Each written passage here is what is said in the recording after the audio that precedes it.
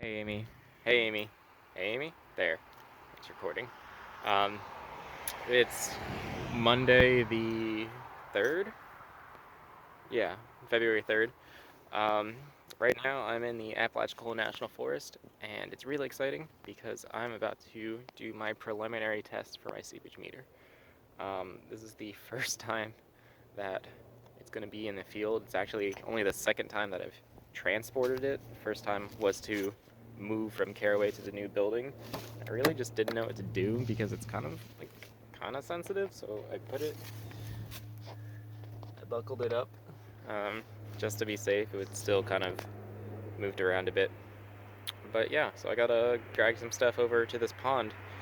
Um, there's a car. This pond that I actually found yesterday.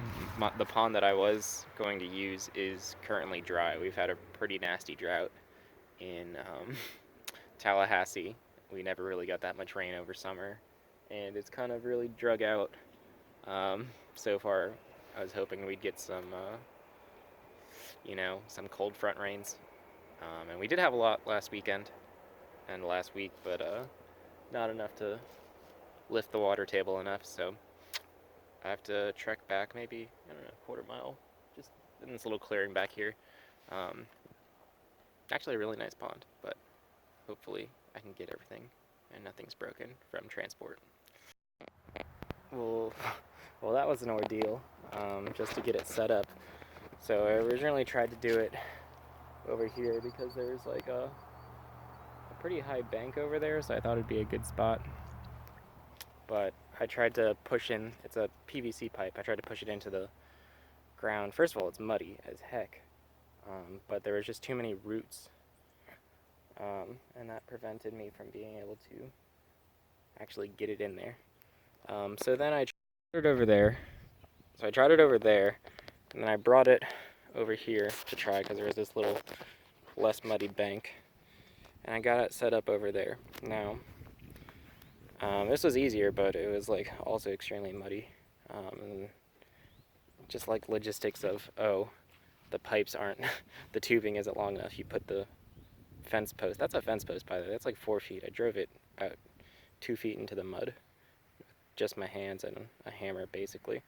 Um, but yeah, the wires and the tubing were too short, so I had to do some quick adjustments. But um, initial thoughts. Um, so the water level within that clear pipe should be the same as the pond level, but it looks as though it's below that.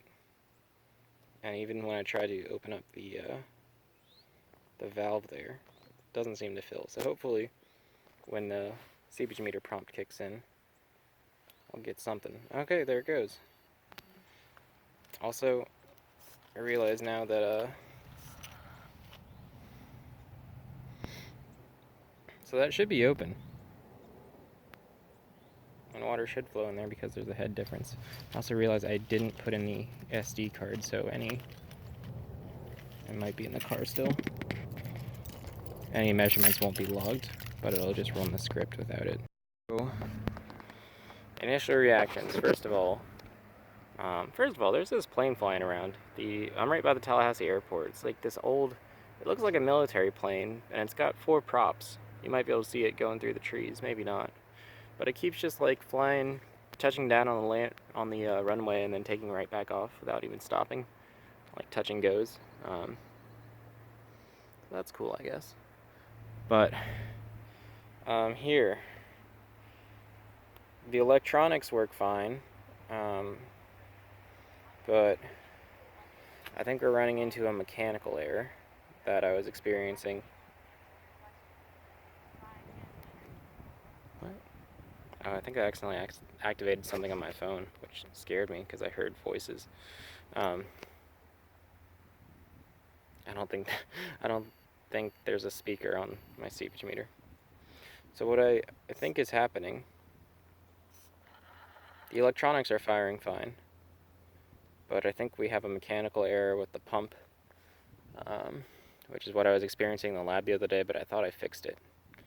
But essentially, what's happening is this is a peristaltic pump, And it works pretty much the same way your esophagus does, through a process called peristalsis, which is just like in your esophagus, muscles squeeze the tube, your esophagus, downward, so that even if you're like upside down, you can still drink and swallow and whatnot. But the problem is the tube within there, it isn't being squeezed properly, and so I didn't want to put my mouth on it because it's some dirty water. I don't know what's living in here. But I was able to, without putting my mouth on it, I was able to blow into the tube, and air was actually blow into this this like loopy tube, and there was a response in the clear tube. So what that's saying is that there's not a seal. There's no suction essentially when the pipe goes. It's just free, which if we can't pump water in or out, then we have an issue. So I think I might have to pack up because I can't fix this out here. I didn't bring a screwdriver, and I don't really trust doing some work out here. So I'm gonna wait, maybe it'll fix itself. Nah, right now, same. Actually, that might be working.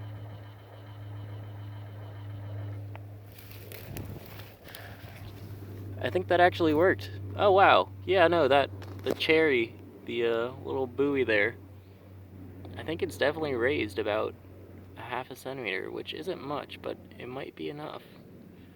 Well dang, we might actually have something. I should have been looking instead of videotaping, but we'll see.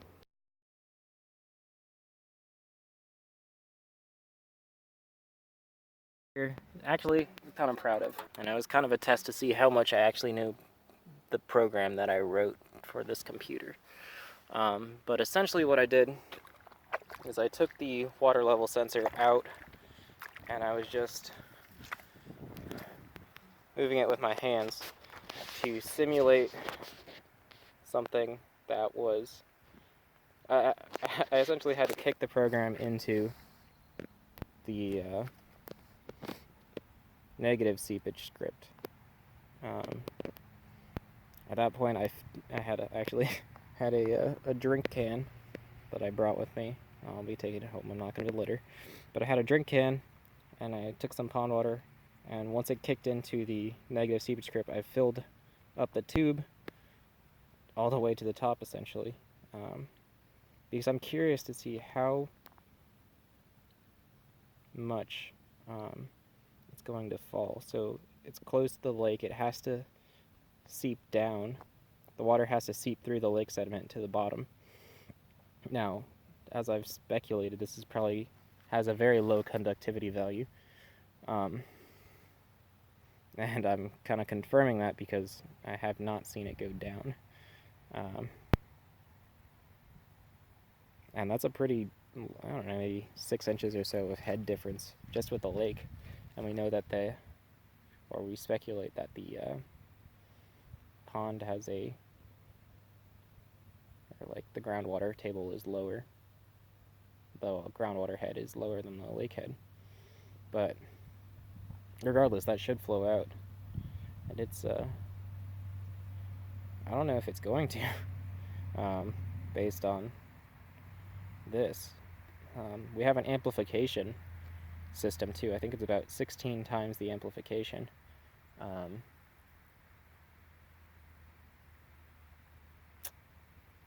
So it should be seeping out 16 times faster. But yeah. I should be data logging. Yeah, I'm data logging right now, so I should be able to see the curve that this produces. And it might not be any curve, it might just be a straight line, which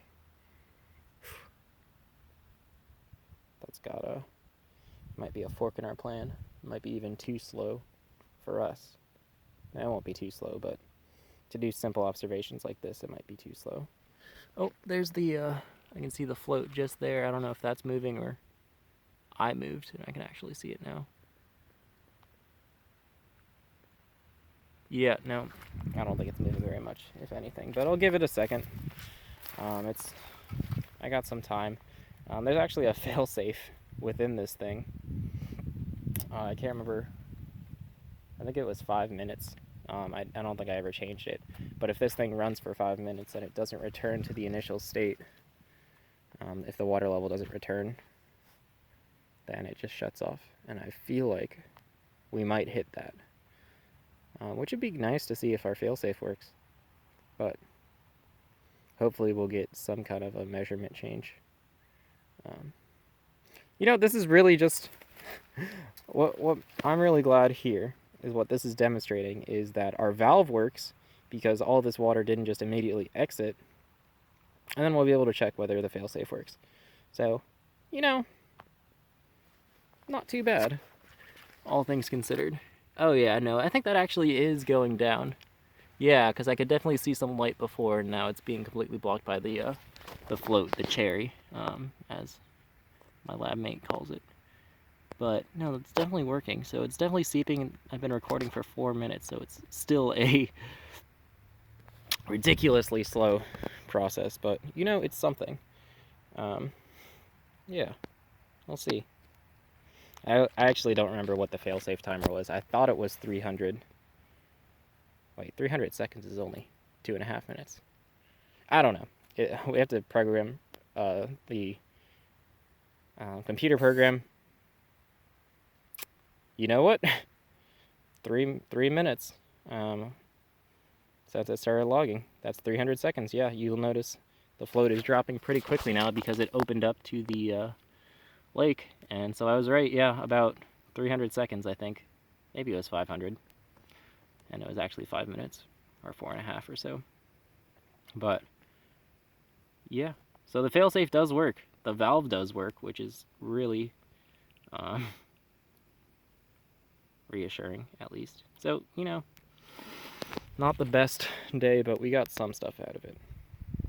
Alright, I'm going to try and pack this up and head back. I've got class at 2:30. It's about